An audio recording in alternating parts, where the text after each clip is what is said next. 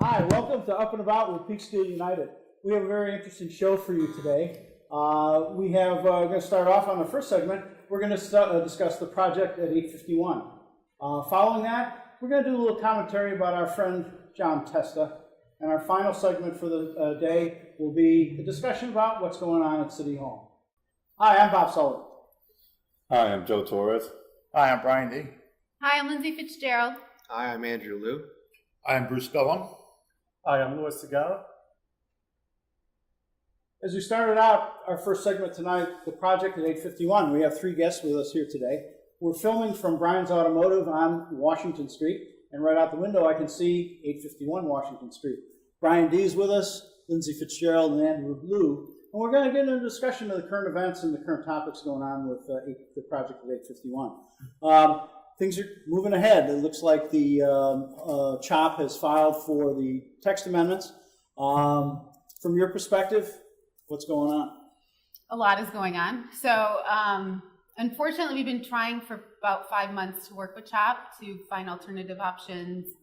You know, people who've been watching across the city are very aware that there's over 1,000 people who have been asking Jan Peek to seek a location outside of a residential neighborhood. And last week they actually filed for a zoning text amendment. That means, and this is really important for anyone watching at home, that any C3 zone will be impacted by this text amendment, and that a homeless shelter or whatever text they put in would apply to every single C3 zone, which C3, if you look at the map, which we actually have here, covers a large part of the city in down Washington Street, North Division Street, Part of Highland Avenue. Avenue. Brown Street, Park Street. Yep. Yep.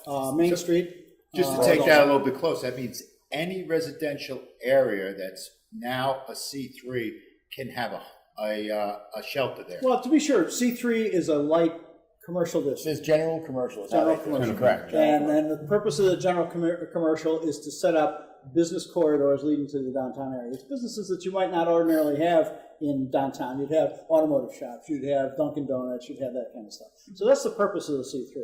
And all the C3s, of course, are black residential neighborhoods, like right now, where we're seated right now. So they're going for the text amendment, but didn't CHOP earlier last year file for a building permit to go ahead and proceed with refurbishing of 851? Yeah, they filed for a building permit, and I brought that up at the last common council meeting. And the building permit was, they had a meeting with people from the building department to explain what they wanted to do as a 24-bed homeless shelter. And it's more than just a homeless shelter. They're putting a lot of stuff in there, offices and stuff. There's a lot of different things. Yeah. And when they filed for it, they had sat down in a meeting, and apparently there was a discussion that they were going to deny the original building permit, which they didn't even own the building at that time, and they still don't own it now. And it was for reasons of variance issues. So the building director, his name is Jeff, sent back a letter that was written out on August 14th that they were rejecting it because it wasn't a permitted use in the zone. This is why they're going after the sexting. Okay. Yeah, but originally, now, as I understand it, and I've seen some of the material online, the original building permit application was filed by the vice chairman of the committee for the homeless, helping the homeless of Peekskill, and that was Ruth Wells, who also happens to be on the planning commission. Is that correct? The vice chair of the planning commission. Vice chair of the planning commission. Which, so there's been a lot of speculation about conflict of interest and influence around that particular topic. That is really important because it gives the appearance of some sort of influence, especially since CHOP has 14 members on their board, including an executive director. They could have picked any one of those people to apply for that, including the president of the board, and instead it was Ruth Wells. So I think Ruth did say at a council meeting she will recuse herself, but I still don't understand why she's the person who submitted the building department permit. Well, I have to say, in response to some inquiries to our last show, we talked about that very topic in our last show, and I had someone who, let's just say she's getting on a plane to Lisbon with Victor Laszlo, confronted me about the fact that, well, we are talking about a conflict of interest. And I referred this lady back to Chapter 48, subsection 3 of the Ethics Code of the City of Peekskill. And specifically, any public officer, which a member of the Planning Commission is, may not, for pay or otherwise, represent someone else before a city body. And a city body is defined as a department of the city, the common council, the court. So I responded to the lady going to Lisbon that it's a patent violation of the ethics code. I tend to read these things. So, but that leads to that question, I think, and that's a question that you raised at the last common council meeting. Like, you had this meeting together, okay, and then all of a sudden the vice chair of the planning commission goes ahead and of all the people on the board goes ahead and makes the application in patent violation of the ethics code. And why did she do that? Maybe to help grease the wheels through the building department? Or maybe just a mistake. Who knows? It could have just been an oversight. It's possible. They didn't read the section that you read. It's possible. But you know what? They're all attorneys. I think she probably had good intentions. Sure. I think it's probably looking back, hopefully it would have gone a different way. Because Ruth has been involved in the city for a very long time. But what's done is done at this point, and I think that's why a lot of people have lost trust in this process. And there's a lot of that's why people aren't believing Ruth when she says that sort of thing. Because at the common council meeting, she did bring up how she keeps getting the question and people don't believe her. But we asked that question on last show, like, tell us why she did that, and nobody's answered that yet. But let me ask you this. You mentioned a meeting that was done way back in, I think it was August 1st. August 1st, yep. Now, and I think you had a little discussion with the city manager at the last meeting about that. Now, I got to tell you, when I started as a baby lawyer many years ago, it's not unusual when you're doing zoning to go to the city and sit down and have a meeting and say, hi, we're going to build, the Taj Mahal. What do you think? I think the issue that you raised was that we had been asking for 3.5 months before he finally said anything about it. And the only reason he brought it out at the middle of November meeting was that we had FOIL requested this information, and he knew it was going to come out. So he better get ahead of the train, because this train was coming to run him over, and I ran him over the other night. Because I asked for months, and they didn't put it out. Did you say that mayor was at that meeting now? His mayor's name does not appear at that meeting, no. I was Does just not show wondering, I know him. you said Now, there if he was was a- there or not, I don't know, but Yeah. his name is not on the list of people in that meeting. And I would assume, just being on council for so many years, that he probably knew about it. They gotta know what's going on, right? I'm pretty sure the city manager went to him and told him, hey, this is what's going on. Even though no one said anything, and I think you'll find out later on that they knew the whole time when they said we don't know anything about it. But even if they know things are going on, people keep asking. Even if they don't know, wouldn't you go down and find out? But to go down, well, Downstairs? they're Just downstairs. trying to say that they don't really know anything, and that way it keeps them out of it, kind of. That's what they're using, but they know everything that's going on. I know, because when we were there, everything that goes on, who's coming in for a permit, what they're trying to do. They usually talk to the mayor first, so. There's no way they can deny it. They didn't. Yeah, they know. I hate to say it, they know. And that's what kind of troubles me, is all this kind of, they're kind of trying to bury everything and tell everybody, well, we don't know nothing. We're only going to take it on when it comes. But they should be taking it on now and say, if they really care about this community, they should turn around and say, hey, listen, we're going to help you guys out. We're not going to let this happen. But nobody's saying that, which is kind of scary. Let me just ask a question. How much influence do you feel there is currently sitting in city government? Influence towards the shelter people Yes. themselves. Towards, I would say that 75 to 80% of the people who are on these boards that we're going to have to go up front have a connection in some way to the shelter itself, to the people who run it. And the project at 851 is going to be influenced heavily by the people who are in charge now. You requested a couple of times to sit down with them, to iron things out, find other locations. Have they ever taken that request from you? I've had 2 people walk in my office. One of them was just the other day. And I sat down with her in the back here, and we went through some stuff. And all she kept asking me was my questions and my concerns. Now, I've written out several sheets of my concerns. One sheet that I handed out had 55 questions on it. The other one had 45 questions on it. So there's 90 questions. Some of them probably bounce back and forth. But I got at least 50 questions that I have for the neighborhoods and myself, because I have a little different situation than some of the residents, because I got to share a driveway. But nothing. Nobody's ever come back to me with any answers. Now, you share an easement, I think your building does with the... The driveways are connected, and right now it's just one lane on each side. The Okay. plan is to push this building, I don't know why this building fits so well, they're gonna take 20 feet off of it, 60 feet deep, and then make a second lane. So they have that entrance and exit on their side. So that's not going to encroach your I property? don't want to encroach my property, but when I come in and out of this door, I drive over this property to come in. And the way they're going to do this, they're going to put a wall here, and it will totally remove my entrance to my side door. But don't you have an easement? There's no actual easement. It's just what they call adverse possession. You've been driving over for 40 years, and nobody said nothing. So I don't know how that's going to go. Oh, I know how it goes. So I don't know how that's going to go. So it's going to really kill the business here. Yeah. But you have foiled the public safety reports for the current shelter, and I understand it's like 196 some odd Yeah. police reports. Now, that's kind of been blown away as immaterial. I mean, how severe is it? I mean, look, stuff happens. I mean, I think as we mentioned in the discussion with County Executive Latimer when he was here, he's like, well, you know, people get taken away to the hospital, it's no big thing.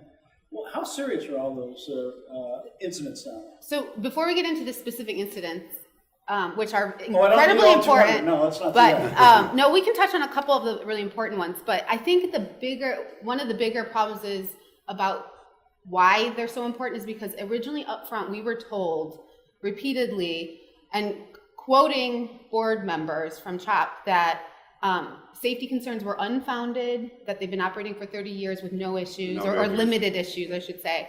And so when all the police reports came out and we were repeatedly told everything will be okay, and people were on the fence about this and the safety issues, and then when you saw it really in print, it was shocking because we were being told a completely different thing.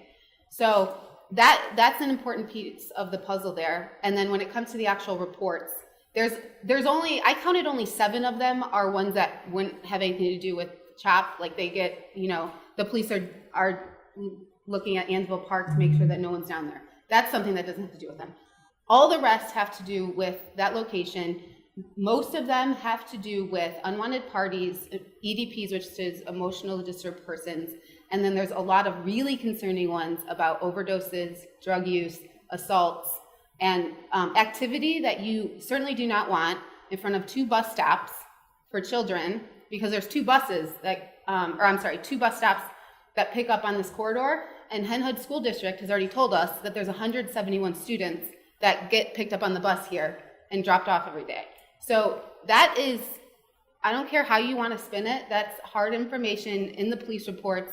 And they're not safety checks, it's not medical. Right. There's some things going on there that are very concerning. And there's one that was brought up at the city council meeting on Monday that was really shocking to hear. And looking into it further, there was actually an FBI raid in June at Jan Peak Shelter. And so I don't know why the board would tell us there's no safety issues there when we know now that they went to Jan Peak in June, did an FBI raid with Peekskill Police Department and the FBI to pick up a fugitive from California for homicide. So, whoa. And the Peekskill City Chief of Police confirmed that for us. Forget they only help the homeless in Peekskill, but this gentleman came from California. Yeah. But they're only supposed to help the homeless in Peekskill. Didn't I see something that was posted on, and I think it was the original application for a special permit for location on there. Isn't there a clause in there that requires CHOP to enter into a security and safety arrangement and reports with the police department? To your knowledge, is there any such arrangement? I asked the chief of police for that. He said I had to foil it. And so I haven't seen what that is yet. I know that I actually have their special permit right here. They're supposed to have a security camera and a security plan. And they're supposed to have 24-hour staff, but that's the person sitting at the desk. So we need to know more about that, because whatever that security plan is, it seems like it needs some work. It definitely doesn't work, that's for sure. I mean, the stuff they find in there is hard. One of the things that we raised with the county executive, I think it was raised from the crowd, I think I may have asked the question, is, this is a county responsibility, the homeless. Are we why is the city of Peekskill picking up the expense of security down there and is going to have to pick it up here if it moves? And nobody seems to answer that question. Right. It's a little odd. But so to your knowledge, we got to foil the security plan from the chief of police. Mm-hmm. And you would think they would offer this to you easily. You think with a contract, what are concerns? Let's keep it open. It also seems that there's a few other issues with the special permit that was at least issued in November. Raises some questions. There was in the past there was a clause in there about Peekskill residents or the residents that were here for a specific amount of time. They removed that. We had asked that question at the city council why that was removed. Never got any answer for that. As you were saying, there's obviously the safety plan that was supposed to be submitted or made with the city of Peekskill. I mean, there's a few other items in there that are kind of concerning. Mm-hmm. And again, this just circles back to the idea that there's no transparency. There's no communication. On that, do you think that you're being heard by the council and the mayor, or do you think they're just, using it as an excuse to keep pushing you guys back until it's actually everything's filed and gets to the next level, and you feel that you're still going to get to the same point, that they've already made up their decision on it? I feel they already made up their mind. I don't think we're going to change anything. I sincerely hope that's not the case, because I'm always really surprised and very grateful of all the people that come to the city council meetings, because I meet new people every time, which means that this issue is hitting home with a lot of people, a lot of new faces, people that didn't even know who their elected officials were until now. And so I really hope that they are going to take in this information, listen to their constituents, and I know there's a lot of speculations around who does and is not for the project, but I really hope that they're going to take all of this in and make the right decision, because we're not saying get it out of Peekskill. We're saying let's find the right location for it, and there are many other options for them. And I don't know why 851 is like so special. Well, because they put money down and they're stuck with it, that's why. And I'll tell you why, because they went to a meeting with the city and thought all they needed was a special permit, and they went ahead and put the money down and entered the contract. Now they're stuck. Just one thing on that, what we were just talking about, if you feel that the council and the mayor already have made decisions, and I think we discussed this before, was that there was a petition by the CHOP. Correct. And two of the people who sit on the council, and one being the mayor, signed that petition. How do you feel? I know one rescinded, but the other one, I guess the mayor did not rescind that? They asked him several times and he won't take his name off of it. Who's that? The mayor will not take it? Mayor Rainey will not take his name off of it. Now, Councilwoman Agadella did take her name off of it. I was impressed by that, but it still shows me a preconceived notion that they're going to go. They're going to go with it, yeah. There's no question about it. Just because you took your name off, that you already showed that you feel that it's the right thing to do, and that's the direction. And no matter what we say, they're going to change it. Well, I think what kind of really gets it going, that they almost feel that they're going to go with it no matter what, is that they're spending money on an architect. They're spending a lot of money getting all these plans made already, and somehow the art collection got in there, and that tells me from behind the scenes that someone told them, "Oh yeah, if you do this, we want an art section in there." Well, when I and sat that tells me with the that they're architect, making concessions for someone that exactly told them what that's they what they told want. One of the things you've seen on social media, and this kind of piqued me the other day, and it's apropos the map that we have in the background. I don't know if we have that in the shot. The lady that's going to Lisbon with Victor Laszlo said, the residents of Peekskill are embarrassed by these people over on Washington Street, this tactic they're taking, and all they're worried of is their economic interests and their homes and all this stuff. But the rest of the city, is embarrassed by this. I'm looking at that map, and I'm a dot there somewhere. I'm probably about 2.5 miles away from this location. And all I do to come down here is I go to Forget About It to buy a sandwich, and as everybody knows, I get my McDonald's coffee down here. But what do you think? Do you think the rest of the city is involved and engaged in this, or is it just a bunch of people on Washington Street that are looking out for their, quote, economic Well, interests? it's obviously not just Washington Street. The map shows you that. Right. But I think people are really engaged, especially now that a zoning text amendment is filed, because that impacts the entire city of Peekskill. And so whether they put it here, or if you open up zoning across the whole city, anybody who is near a C3 zone has the potential of dealing with this as well. And so I don't think it's just this part of Peekskill, and I think that the map proves that, and the fact that, Bob, you just mentioned that as well. So many people walk up to me in like the grocery store and say, "Thank you, I live on the other side of town, but I see what you're doing." And so I hear that too. I hear it all the time too, everywhere I go. Also, they talk about you guys are heartless. Yeah. I hate to say, use the word racist. We know that's not true. They'll say everything else about it. They'll try and change the political issue. Well, you're running with the Republicans, and you get so tired of hearing that, because that's the only thing a lot of people use to trying to divide further. But what's your take on when they say those type of things? That's pretty hurtful, because if you come in here, and you guys were here, we had a little meeting before this, and you saw all the different people in here. I have Democrats in here, I have independents in here, I have every race in here, and the people that walk in my door daily. I mean, I have 3 or 4 people a day walk in, all different races. I've had the gentleman who lives at 400 Main Street come in here and tell me it doesn't belong here, and he lives right next to it. Okay, and he happens to be a Black American, and he says that there's no way you should move it over here. I see what goes on down there. So when they tell us that we're bigots or Nazis or whatever they want them to call us, because it's been all over the internet, they're just because they have no other angle to go at. They have to hit us that way, because everything we're throwing out is facts, And they can't fight the facts, so they want to make you look like a Right. bad person. Exactly. Well, they're raising this political thing, and obviously, we've sort of the creep and the attacks are going beyond you guys. They're going to all of us personally, because obviously we had political. The name of the show comes from a political movement in 2017, but. What I find kind of odd, if this is such politically motivated, that assumes that the Common Council and the people have an opposite opinion as to what should happen here, right? Sure. So if they all agree that it shouldn't move, I it think- doesn't get political, does it?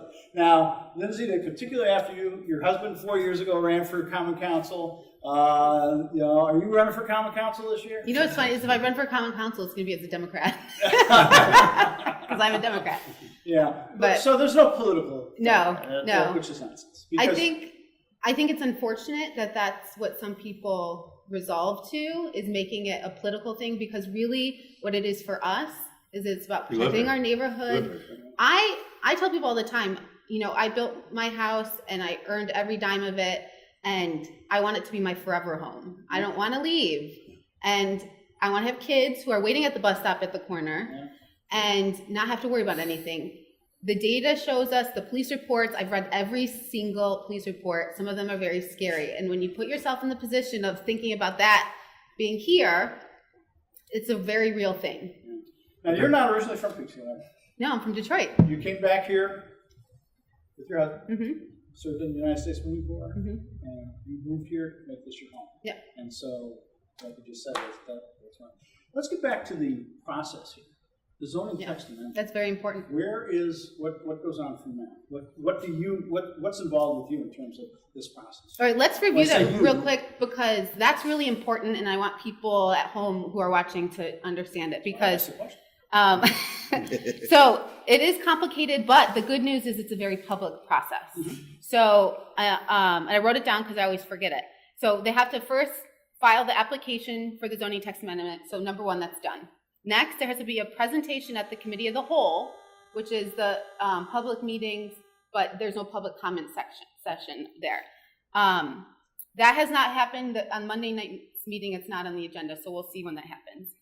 The Common Council takes comment then at a regular Common Council meeting and votes to refer the text amendment to planning. Okay, so there is one public comment section. And then referral to the Planning Commission, they hold another public hearing where they also take public comments, and then they vote to refer it back to the Common Council.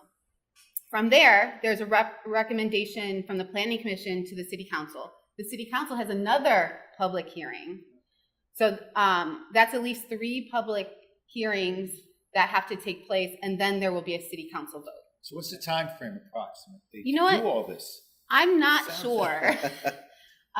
Well, Joe, you're a former councilman. Do you know, like, I approximately? can tell you what happens. It'll go to planning, and then they'll review it, and then they'll send it to the council. And if the council really doesn't feel comfortable with it, they'll say, well, we're not going to forward it because we're not going to vote for it. That's what usually comes up. It becomes a vote to forward over back to the planning to let everything start going forward. And and you'll know right away, because if they forward it back to the planning board, then it's pretty much a done deal. Except for the public comment thing, and they know people are going to come in and beat them up. I mean, I was on the council when they wanted to put a laundromat down here on Welcher Avenue, right on the corner. Right. And people came in, they complained about it. They said, we don't want that all night thing going on, 24 hours. And we said it's the right thing to do, not let it happen.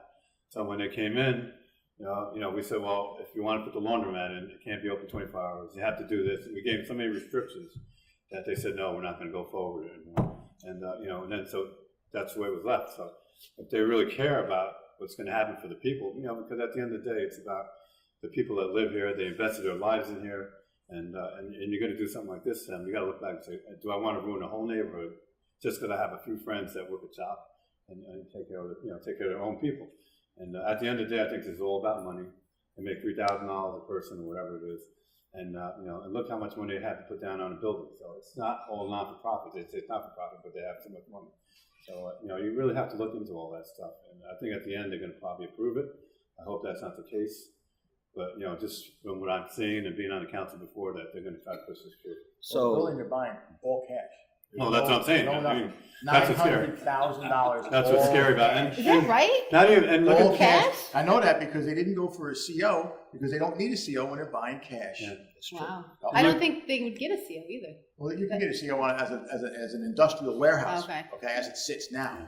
But they're not, that's not what they need, and they plan on rebuilding. but even it, look so at the they don't money want they're to- spending now on architects. Yeah, Andrew. So I just wanted to say, circling back to what the council needs to do now, or what they need to consider. So at the last meeting, I had brought up about zoning. I'm not an expert in this at all, but I did some research. I said, if you're gonna look at zoning in relation to how a shelter would function in a municipality, you would think that that you would go back and you would look at other municipalities who have dealt with this in the past. And so if you look throughout the country, Oregon, California, you're going to see that there's supposed to be these zoning guidelines or rules to kind of guide the process, but there's nothing here. And so if you look at how other municipalities have dealt with it, they always put it furthest away from a residential area, or within an area that makes sense, that will provide these people more access to health care, more access to mental health, more access to job security or whatnot. But remember, one of the things that, in terms of the zoning text amendment, there is a process in the city charter, and there's a process in the general cities law that talks about what threshold has to be met in order to have a zoning text amendment. And I think it has something to do with, it has to be consistent with the overall plan of the city. So, what may have happened in other municipalities may not necessarily be the case. The case has to be made, what's consistent with the needs here in Peekskill. And I think that's where the battle line may well be drawn, and that's part of the process. You as laymen, I know you're not lawyers and you're not experts on any of this stuff, nor am I. We're becoming experts because of all this. I would touch with, what is your understanding of what entitles them to a zoning, unless you don't want to comment on that, a zoning text amendment? How are they going to make out this finding to do that? So, what entitles them to being able to do? What are they going to show? What does the common council have to do? They're going to say that probably we need to help people who are in need. Yeah. That's what we keep hearing, and that the city doesn't currently have any zoning for it, so they have to go somewhere. Yep. That is likely what we'll probably hear. What we'd love to see is, that's correct, which means you can go in many different places, but you have to recognize everything that we've been showing, which is that there's a lot of reasons why what Andrew said, that a shelter is usually the farthest thing away from a residential area. Some municipalities across the country or in New York have actual rules that say that a shelter cannot be within 500, 700 feet of a residential lot. And there's reasons why that's becoming a precedent across. It remains to be seen, but we're watching closely to see what happens. Well, this is a chapter that remains to be written. I think we'll be hearing a lot more of this. I wish you well in Thank you. your task here. You're definitely up against the tide. There's a lot of powerful people that have an interest in this thing. So you're always welcome on our show throughout the entire process, and we'll keep continuing watching this. Thank you. Thank you very much.